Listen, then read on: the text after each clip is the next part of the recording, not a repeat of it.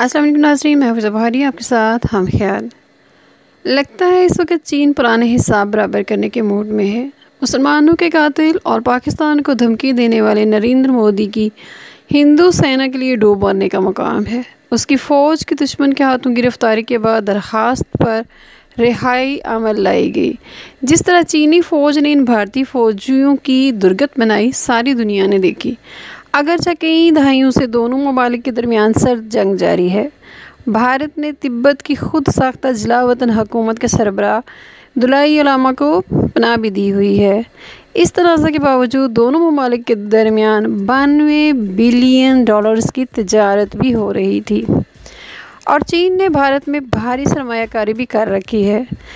चीन के मुताबिक उसका 90,000 किलोमीटर का इलाका भारत के कंट्रोल में है, जिसको चीन वापस लेना चाहता है। भारत को गुमान था कि जिस तरह मकबूजा कश्मीर में भारतीय बर्बरियत पर दुनिया खामोश रही, पाकिस्तान के साथ लाइन ऑफ कंट्रोल और नेपाल के 3 इलाकों पर मकबूजा जम्मू कश्मीर की तर्ज पर कब्ज़ा जमाने की भारतीय कोशिश पर कोई पाबंदी नहीं लगाई जाएगी।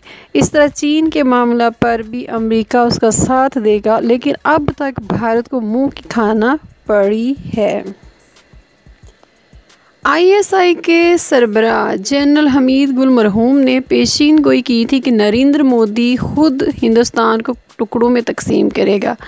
अब इसमें किसी को शक व शुबा की गुंजाइश बाकी नहीं रह जाती, क्योंकि तशद्दुद पसंद मोदी के खित्ते में जारहाना इक़दाम से जनरल साहब की पेशीन गोई सच साबित हो रही है।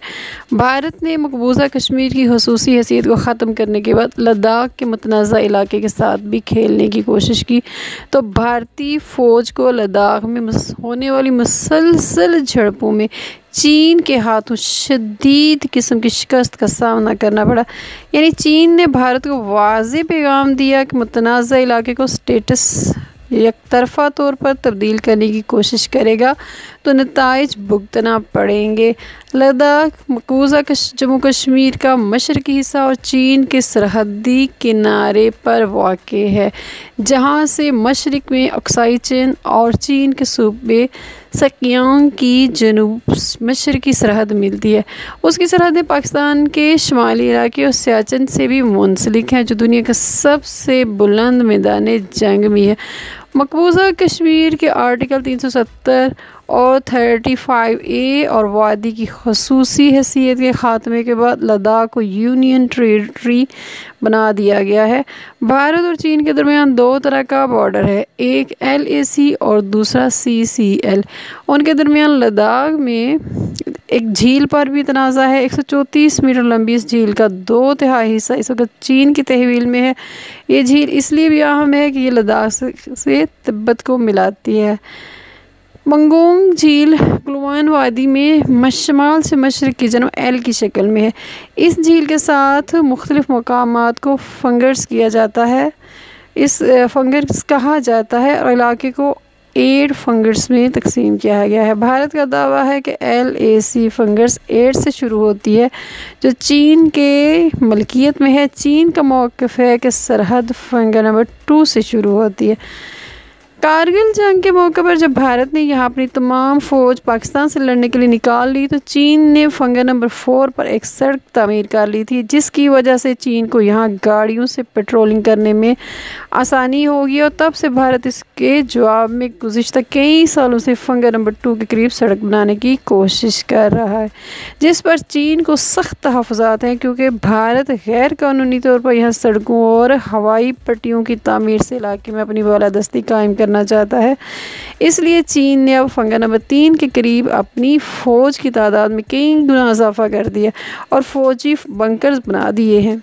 हाँ जी, अगरचे हिंदुस्तान ने दुनिया के सामने अपनी मज़लूमियत का रोना रोते दुनिया की आंखों में धूल झोंकने की कोशिश की है कि चीन ने भारतीय इलाका में घुसकर अपना कब्ज़ा जमा लिया, इसके बावजूद भारत की यहाँ पोजीशन अब भी बहुत कमज़ोर होती जा रही है। भारत की पूरी कोशिश होगी कि जंग से बचा जाए, क्योंकि वह अच्छी तरह जानता है कि उसने कोई फ़ौजी सरगर्मी दिखाई तो लद्दाख तो इसके हाथ से जाएगा, इसे कश्मीर के साथ साथ सियाचिन से भी भागना पड़ जाएगा। चीन ने जिन इलाकों में अपनी पोजीशन बेहतर की है वो भारत के लिए ख़तरनाक है और सी पैक के लिए भी अहम है। भारत का लद्दाख में तोसेई अज़ाइम का असल भारत गिलगित बिल्तिस्तान को हथियाने के लिए बेचैन है। इसका मरकज़ छोटा सा कस्बा दौलत बेग है जो अक्साई चीन में वाक़ है, जो 5065 मीटर बुलंद है। दौलत बेग हिंदुस्तान की अहम पोस्ट है। ये चीन की जानिब से पुरानी शाहराह रेशम को जोड़ती है। 1962 में इंडिया चीन जंग के दौरान भारत ने यहाँ मिलिट्री बेस बनाई थी। ये कराकोरम पास से 8 मील पर है, जिसे बासानी गिलगित तक रसाई हो सकती है।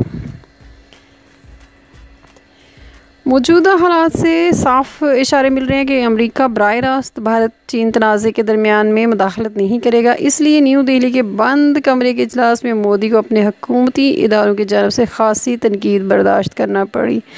इतलात ये भी हैं कि भारतीय सिक्योरिटी मुशीर अजीत डोवल को भी खासी पशेमानी का सामना करना पड़ा है। मोदी सरकार ने चीन को मुख्तलिफ ज़राए से मुज़ाकरात की दावत दी कि इन मामलात को अस्करी बुनियादों की बजाय बातचीत से हल किया जाए, लेकिन चीन ने न्यू दिल्ली को साफ जवाब दे दिया और पैगाम में भेजा कि चीन ने अब तक जो कार्रवाइयाँ की हैं भारत इससे पहले बाकायदा तौर पर तस्लीम करे, उसके बाद अगली बात की जाएगी।